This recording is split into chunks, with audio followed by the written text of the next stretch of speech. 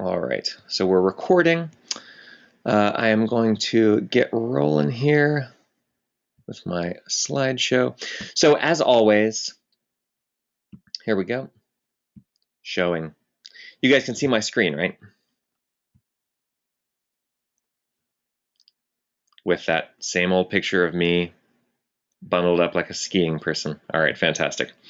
Okay, cool. So we are going to get rolling here. Now today, as always, first Wednesday of every month at 1 p.m. Central, we're talking about building forensics, specifically about how you can use the test tools that you're using for energy auditing or for program work or whatever it is that you're doing to solve problems for people when they have specific things that they're looking for. And that's really, really critical because that's one of the things that you can do right away. If you own test equipment, you can start helping people.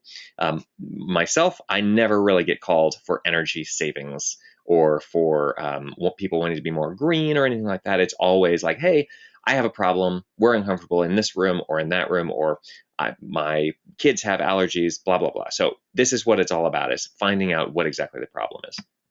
By the way, go ahead and feel free, as you have questions, type them into the questions pane, and I will try and get to them as we go. But I can see that we've got people from the Southeast. We got New England. We've got, people that I have never met before. We got Kendall on the line. Kendall and I were just hanging out the other day in Portland. That's pretty cool. We got Iowa. Rock on. All right, great. Thanks for being here, guys. Okay, so first of all, remember, today we go through a half an hour crash course in what I've been doing lately. If you need more stuff, there is way more videos, and I'm putting out new videos all the time. That's one of the priorities that I really set for myself, like kind of once a week. New podcast episodes, those are about bi-weekly or monthly, depending on who I meet in a given month. The book obviously is out there, Home Performance Diagnostics Update. You can preview the entirety of my book at homeperformancebook.com. So if you don't have the money to pay $100 for the textbook that'll help walk you through everything on site, you can preview the entire thing on that website. So if you need to get in there and just figure out if you know how to do something specific. Also, the software app reports just went through a 3-hour redevelopment seminar a couple weeks ago, and that was pretty cool. We've got some new abilities of doing some things that no other software will allow you to do. Certification, obviously, HRSA Exam Prep, BPA Exam Prep, and then consulting. I do video consulting for people, and if this is something that you're interested in, if you're having a hard time with this particular job and you need an extra set of eyes from another black belt, because I want to make sure that there are enough black belts around the country, then I'm happy to do that with you. And to that end, remember that the black belt is in the tools, not just coming to these webinars, but also checking out the videos. And I've got this new series called Corbett's Toolkit, where I'm literally going to show you every single piece of equipment that I use in people's homes over the course of this year. So I'm putting out a new video about every week or two on just that. In the fall, starting on Labor Day, every single year, we have on-the-job training. Everybody learns long distance together. So this last year in 2014, we had people from Canada, New York, Florida, California, Nebraska, all over the place, all participating together, learning at the same time. It's awesome. You can get new contacts around the country, and it's just a kind of place where you can really get into the depths of what I'm always talking about in these first Wednesdays. Obviously, here we have half an hour. This is a 6-week long, really, training to become a mastermind. So the foundation, let's just get back to basics for a second. We all agree that the home is a system, right? Hopefully everyone who's listening to this is nodding your head. That means that the components and appliances within the home, right, are all leaning on each other. They're interacting. They've got little side effects, and all these things are happening in the home every time it turns on. The main difference between somebody who deals with home performance and somebody who deals with home inspection is that home performance is all about dynamics. It's not about the static state of the inventory of what's in the house. It's the dynamics between things. So in order to control that, we have to tune it so that it can perform the way that we want it to. And remember that your clients do not always want it to be really energy efficient or really green or 70 degrees at 50% relative humidity or, right? They want something different. Every single client is different. Every single house is different. Sometimes the client I just came from, by the way, just replaced their roof and just resided their house. And the two things, because an architect used to live in this house and he went crazy and started redesigning all this stuff and building all these crazy soffits everywhere to make it pretty, the only place where we could feasibly put the enclosure is the roof and the exterior the outside of the exterior walls. Those things have already been done. So of course, my client is not going to be doing air sealing insulation. So now we have to tune it in a different way. So if that is true, then in order to tune the performance, we have to know what it is doing right now and what we want it to do. Those are the two metrics that you need before and after improvement, right? Knowing requires data. And the person with the most information wins. This is why I win arguments with people who have been doing this for 40 or 50 years. And when I say this, I mean building industry stuff, because I am the only one generally in that discussion who has actual information about what is happening and what we want to have happen. That can be you. You can win every single argument. And the goal, again, is not to win arguments necessarily. It's that we want to transform the building industry into a place where people actually measure what's going on. They measure themselves, they measure their competition, they measure how the house is performing. So if that is all true, and we all kind of like went through that foundational step, then performance testing requires tools. You need the tools because the tools are what's going to get you the data, which can get you to control, which can get you to tuning the home as a system. Tools are going to help you, and tools are going to make your life crazy. And sometimes tools are going to give you readings that are totally insane. So we need to make sure that you know your tool. So first of all, let's get into what the tools are doing. Sometimes you're doing a test and you actually get information that was not part of the test that you're doing. So for example, on the left here, that is a flow hood. What's that supposed to measure? Anybody want to volunteer? Airflow. Not quick enough on the trigger. So it measures airflow. However, as you can see right there, it's sticking to the ceiling. What is happening in that picture? There's no one holding it up, and it's sticking to the ceiling. That you can see the pattern in the nylon of the flow hood. It's coming in. That means that it's measuring a return. And that means that probably that return is massively, massively undersized, because you can let go of the flow hood and the suction that is created that's coming into that return is so massive that it'll hold up a 2 or 3 pound instrument to the ceiling. So that is a static pressure test that we just did on this system. We just tested the sizing of the returns. The returns are undersized in this house. That's not what we were trying to do. In the middle here, you can see I was in a basement. I was going through an inspection, and I wasn't even worried about the HVAC, but I happened to notice this white PVC pipe coming out of the ceiling, as you can see right here. And it's pointing down into this little bucket that's got this puddle around it. Pretty disgusting. When you look into the bucket, this is what you see. That is some kind of a bizarre mold culture, like an entire planet universe of mold in this bucket. Now I'm doing air quality testing. When I wasn't even meaning to do HVAC inspections, I was just inspecting the basement. So all kinds of things can come to you if you just keep your eyes open and you know your tools. Now let's get back into the basics. This is a picture that my buddy David Floykhouse took of some trees out of a second-story window. What is happening here? You need to just be able to wrap your mind around this in order to really interpret a lot of the other infrared pictures that I'm going to show you. I tend to lean on infrared a lot in these webinars because it's super sexy and it's a way to kind of look at the performance, the building science of things through the lens of really pretty colors, right? So if you got it right, and I'm not seeing any question panes pop up here, but these trees are basically thermocouples into the ground, and the ground underneath where the roots are reaching down there is about 55 degrees. So they are leaching that heat out because, of course, outside in the air, it's a lot less than 55 degrees. So heat travels from where it's warm to where it's cold. And right now, these things are basically geothermal heat pumps without a compressor in them. So they're just kind of leaching this 55-degree heat up through the trunk, and that's why they're melting all of the snow around them. So that's the basics of why all of this stuff is going to look this way. Now, I have heard realtors say, ooh, let's put infrared pictures in the MLS when we green the MLS. It's a terrible idea, because what looks sexy in an infrared photo is, and by the way, these are infrared thermal photos, not infrared photography, which is a type of film that you can get.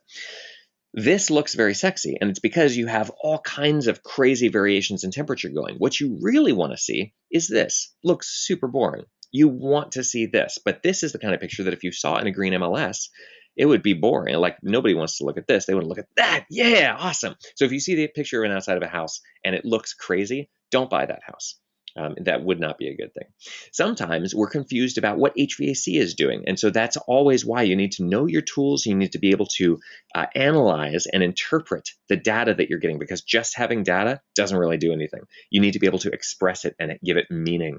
So on the left, you can see that there's a little pool of blackness down here. That could be bad, and I could whip out my moisture meter and test it, and oh, it's not wet. So I don't know, is there an insulation problem or what? And what I need to do is back up and take a look at what's going on. First of all, I've got these curtains, these nice sheer drapes that are leading down to this thing from the air conditioning vent. So the air conditioning is coming straight out of this, and it's tracing along this, it's called an entrainment. It's entraining along this curtain, and it's pooling right there. That is an HVAC thing that's just happening. It's not anything bad necessarily. It's just happening. And it could be that I start misinterpreting this and saying, oh, you have air leakage or a puddle or moisture or an insulation problem. Excuse me. Over here, what I'd like to make sure that everybody understands is there is no infrared in this, right? That's okay, because really in this picture, the pretty colors are something that could be misleading for you. There are no pretty colors here, and what I want you to pay attention to is the numbers over here. Now, I'll give you the situation. This is during an inspection in late May in the Chicago area. The sun has been out. It's a nice sunny day, no clouds at all, and everybody else's air conditioning has been on. This unit has been vacant for the last week because the owner is on vacation, and we happen to be in here. I'm doing an infrared scan of this entire building. And the coldest temperature that you can see in this picture is 65 degrees, a little less than 65 degrees. We're on the top floor, and the air conditioner is set to 78 degrees. So clearly, the air conditioner is not on right now and has no need to be on, and something in this picture is 65 degrees. That is very confusing. The only other thing that's connecting this to anything else is this. So this might be pointing to my exhaust fan being commonly ducted with somebody else's exhaust fan, somebody else who is really cooling down their unit, and has got the exhaust fan running, pulling cool air out, and instead of going up and out through the roof, it's maybe coming in through here and cooling down my room. So this is all kinds of like weird stuff that you can get when you're using tools. And again, sometimes you get data that you don't necessarily want to put into a report. For example, these things happen all the time. On the left, we have what I call stratification. You could call it stratification too, but basically what it means is that hot air is pooling at the top of the room and all the cool air is separated out at the bottom of the room. This is not super comfortable. Most people, what ASHRAE wants you to think is that everybody can feel a difference of 4 degrees between their head and their toes. That's like depending on how many clothes you're wearing and how sensitive you are, all that stuff. That's assuming a lot. Anyway, this, though, is a 13-degree difference in temperature between the top of that door and the bottom of that door. That's not awesome, because we can definitely feel the difference there. Now, what you could do is fire on the ceiling fan and find out what that does. And I actually would come back into this room after an hour of that ceiling fan running and see if it makes any difference. And often what I'm finding is actually it doesn't make any difference unless you run it on medium or high speed. And in that case, you've got air moving over your skin and it feels colder. So really, what are we doing? That is a problem with the velocity coming out of the return registers. You want that velocity to be between 500 and 700 feet per minute. On the right, this guy has super, super high electric bills, and we want to know why. And I happen to step outside, and oops, I catch sight of his driveway, and there's no snow. It's like April 29th, and this thing is heated up like crazy. So this the control mechanism that's running this driveway heater to melt the snow is completely malfunctioning. It's just running all the time. So this is the kind of thing that you would only know if you're just testing everything. You just walk around with this stuff. I actually just ordered one of those iPhone infrared cameras so that I could just walk around with infrared all the time, just because you'll miss a lot of stuff unless you're really testing. So let's just go over some things real quick. First of all, it's a total myth that you need to do an infrared scan on a certain day or in certain conditions. Because somewhere in the house, you will always have a delta T. So let's think about where those things are. First of all, you have the exterior walls. If the exterior walls are not hit by sun, and it's 70 degrees outside and it's 70 degrees inside, then you do not have a delta T, which is a difference in temperature across that wall. That is the one place where, okay, yes, we don't. Go down to the basement, if you have a basement. Outside the basement walls, it's 55 degrees. It's 70 inside the basement. There's a delta T. In the top floor, you have sun beating down on the roof on a 70-degree day. That attic cavity is going to be slightly warmer than the living space, and at least only slightly. If you have a 10-degree delta T, that's more than enough. So you can always find some kind of a way to measure with infrared to get some pictures. And remember that if you're looking for air leakage, you need to use the blower door. You need to know where the sun is and where it was in the last couple hours, and you need to make sure it's shift side to side. And I'll show you why you need to do that. This is a picture of wood rafters that have something on fire in them, clearly, right? Actually not. It's, as you see over here on the right, the numbers, we've got between 74 and about 80 degrees, but those little pinpoints are actually the chandelier. Now, I'm not trying to be like, ooh, look what I got. What I'm trying to point out is that's wood. That is bare, raw, unstained, unglossy wood, and it's reflecting. So you can get reflections out of anything. Like I could probably get a reflection out of a rock. Doesn't matter how rough the surface is or whether it's glossy paint or matte paint or whatever, it's fine. It's all going to reflect. So you need to just make sure that you shift a little bit. And if the thing that you're looking at moves with you, then you know that it's a reflection. Also, make sure, I said in front of my clients today, holy moly, when their furnace kicked on and it made this really loud bang sound. You need to make sure not to do that. And I'm reminding myself not to do that as well. You need to make sure not to say, holy shit, did somebody die in here? When you look at that. Sorry for the cursing, by the way, but I enjoy cursing. I don't do it for you, I do it for me. On the left, we see that someone was recently killed on this bed, and there's a blood stain. And on the right, when you actually look away from your infrared, you can see clearly that there's no blood stain. It's fine. It was just probably somebody took a shower and then laid down immediately afterwards and soaked their mattress. So just make sure that you're actually looking outside of the frame of your infrared as you go around the house, and that you're being quiet. I generally always try not to say, oh no, because even if you say that under your breath and your client is standing in the next room, they're listening to hear what you say. So if you say something like that, they're going to be like, what's oh no? And now you have to start making recommendations when you haven't even finished the diagnostics yet. And that is not a good situation to be in, because always inspection, diagnostics, recommendations in that order. You need to also look outside of the frame, because sometimes what you think you're seeing is not actually what you're seeing. Look on the left, look on the right. That is the same picture. Now, one of the things that I'm doing as I go around is I'm not really looking for duct work, but that duct has been in every single of the 60 apartments that I looked at before this apartment. I'm spending 4 minutes per apartment just doing a quick scan. I need to look with my eyes. I need to look with the infrared. And if I hadn't looked at the door and put my gun down to actually look at it with my own eyes, I would not notice that they forgot to cut a hole in the drywall for that duct. So there's a duct that's supposed to be emptying out there, but instead it's just emptying into the ceiling. That's totally ridiculous and totally a duh moment, which is what we're trying to find all the time. So just make sure that you look away from the infrared. Your eyes are the most important thing.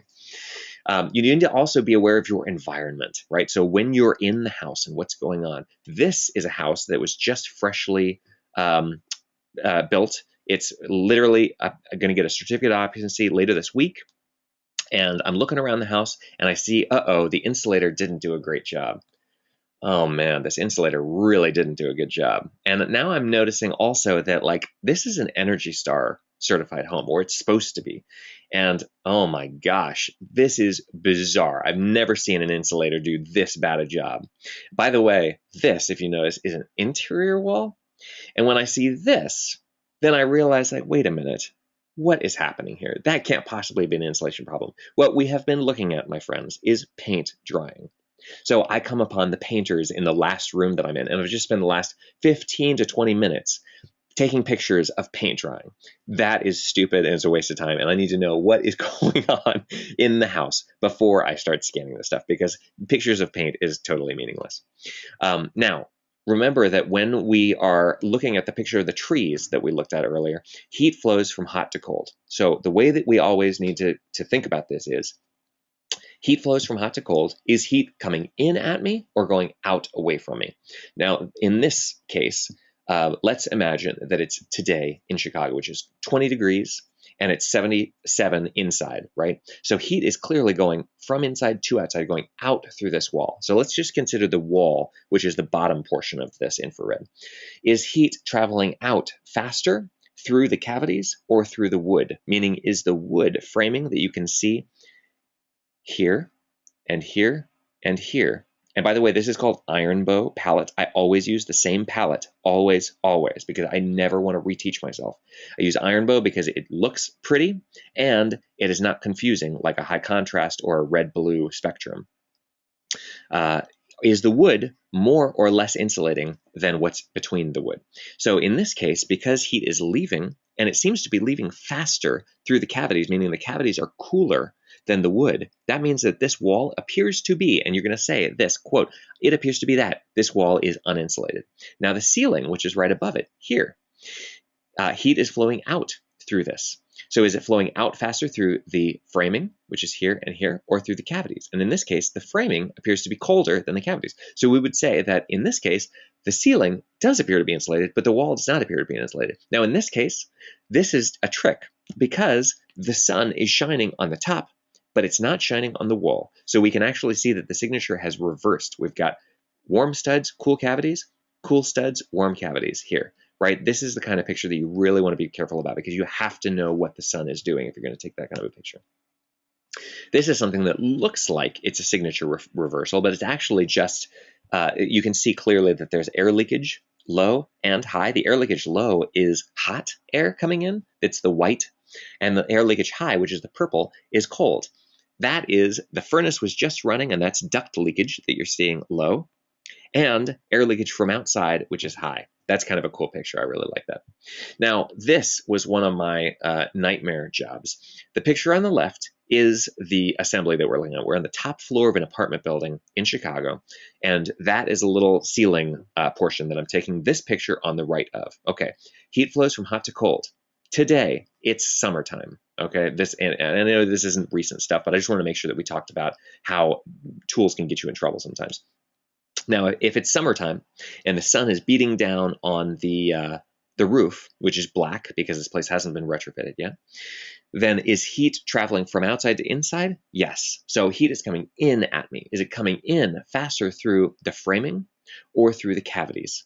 And because the framing is darker than the cavities, it means that heat appears to be coming in faster through the cavities, which would indicate that these cavities, the ceiling cavity, is not insulated. Now, this is a before picture.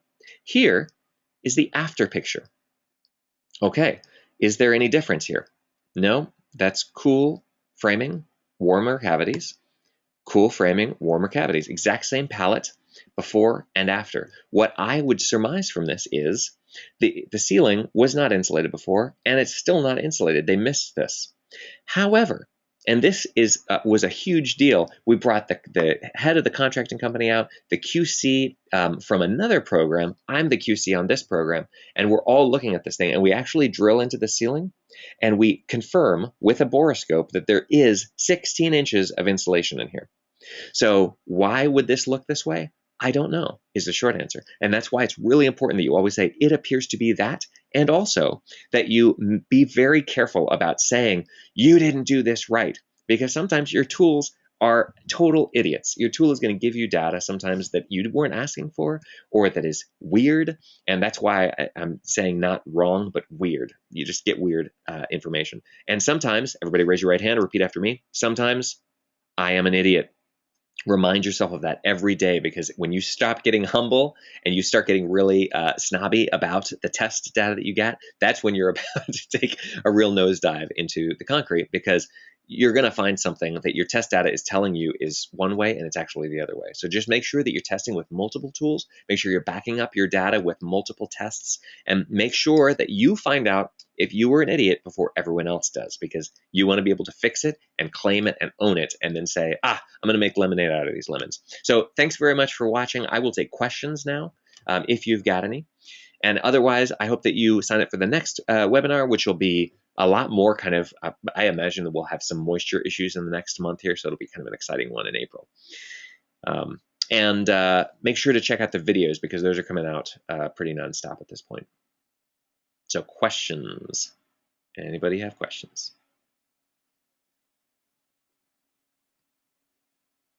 It sounds like we are all very satisfied.